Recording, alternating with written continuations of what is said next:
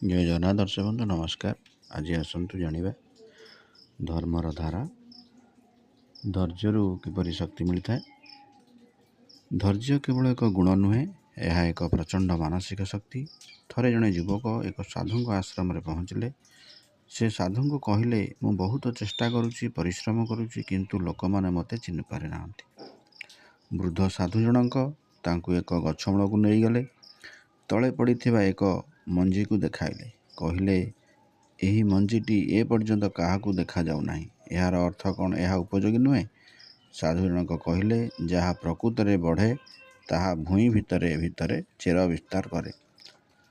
ଶବ୍ଦ ଉପରେ ଅଛି, କିନ୍ତୁ ଶକ୍ତି ତଳେ ଅଛି। ଯୁବକ ଜଣକ ବୁଝିପାରିଲେ ଯେ ତାର ଚିନ୍ତା ସ୍ୱୀକୃତି ନୁହେଁ, ବରଂ ପ୍ରସ୍ତୁତିରେ ହେବା ଉଚିତ।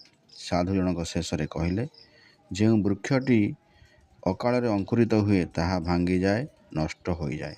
ଧୈର୍ଯ୍ୟର ସହିତ ବଢ଼ିଥିବା ବୃକ୍ଷ ଯେତେ ଝଡ଼ ତୋଫାନ ଆସିଲେ ସେ ସେହିପରି ଠିଆ ହୋଇ ରହିଥାଏ।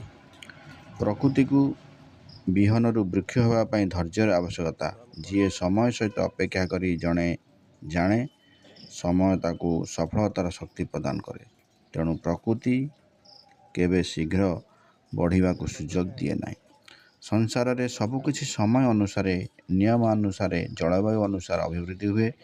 ଜୀବନରେ ଆସୁଥିବା ଦୁଃଖ ଓ କଷ୍ଟକୁ ଧୈର୍ଯ୍ୟର ସହ ଗ୍ରହଣ କଲେ ମନୁଷ୍ୟ ଭିତରେ ସହନଶୀଳତା ବଢ଼େ। ଏହି ସହନଶୀଳତା ହିଁ ପରବର୍ତ୍ତୀ ସମୟରେ ବଡ଼ ସଂଘର୍ଷ ପାଇଁ ଇନ୍ଧନ ସଦୃଶ କାମ କରେ। ଶକ୍ତିଶାଳୀ ବ୍ୟକ୍ତି ତୁରନ୍ତ ପ୍ରତିକ୍ରିୟା ପ୍ରକାଶ କରେ ନାହିଁ। ଧୈର୍ଯ୍ୟ ତାକୁ ଚିନ୍ତା କରିବା ପାଇଁ ସମୟ ଦିଏ। ଏହି ସମୟ ମଧ୍ୟରେ ସେ ଠିକ୍ ନିଷ୍ପତ୍ତି ନେଇପାରେ। ଅଧୈର୍ଯ୍ୟ ବ୍ୟକ୍ତି ନିଜର ଶକ୍ତିକୁ କଳି ଝଗଡ଼ାରେ ନଷ୍ଟ କରୁଥିବା ବେଳେ ଧୈର୍ଯ୍ୟବାନ ବ୍ୟକ୍ତି ସେହି ଶକ୍ତିକୁ ସୃଜନଶୀଳ କାର୍ଯ୍ୟରେ ବିନିଯୋଗ କରେ। ଧୈର୍ଯ୍ୟ ହେଉଛି ଏକ ଶାନ୍ତ ଆଗ୍ନେୟଗିରି ପରି, ଯାହା ଭିତରେ ଅପାର ଶକ୍ତି ସଞ୍ଚିତ ହୋଇ ରହିଅଛି।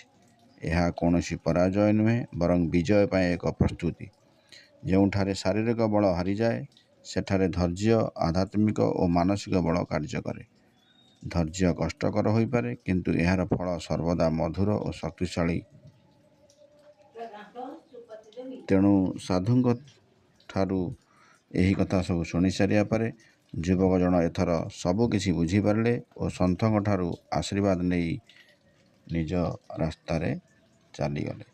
ତେଣୁ ଆପଣମାନେ ଏ ମଧ୍ୟ ଜାଣିବା ଦରକାର, ଧ୍ୟାନ ଆଦି ଦ୍ୱାରା ପ୍ରଯତ୍ନଶୀଳ କେହି ଯୋଗୀ ଏହି ଆତ୍ମାକୁ ଦେହ ବା ବୁଦ୍ଧି ଭିତରେ ଅବସ୍ଥିତ ହେବାର ଜାଣନ୍ତି, କିନ୍ତୁ ଅଶୁଦ୍ଧ ଚିତ୍ତ ଓ ମନ୍ଦଗତି ବ୍ୟକ୍ତିମାନେ ଯଥାସାଧ୍ୟ ଚେଷ୍ଟା କରି ସୁଦ୍ଧା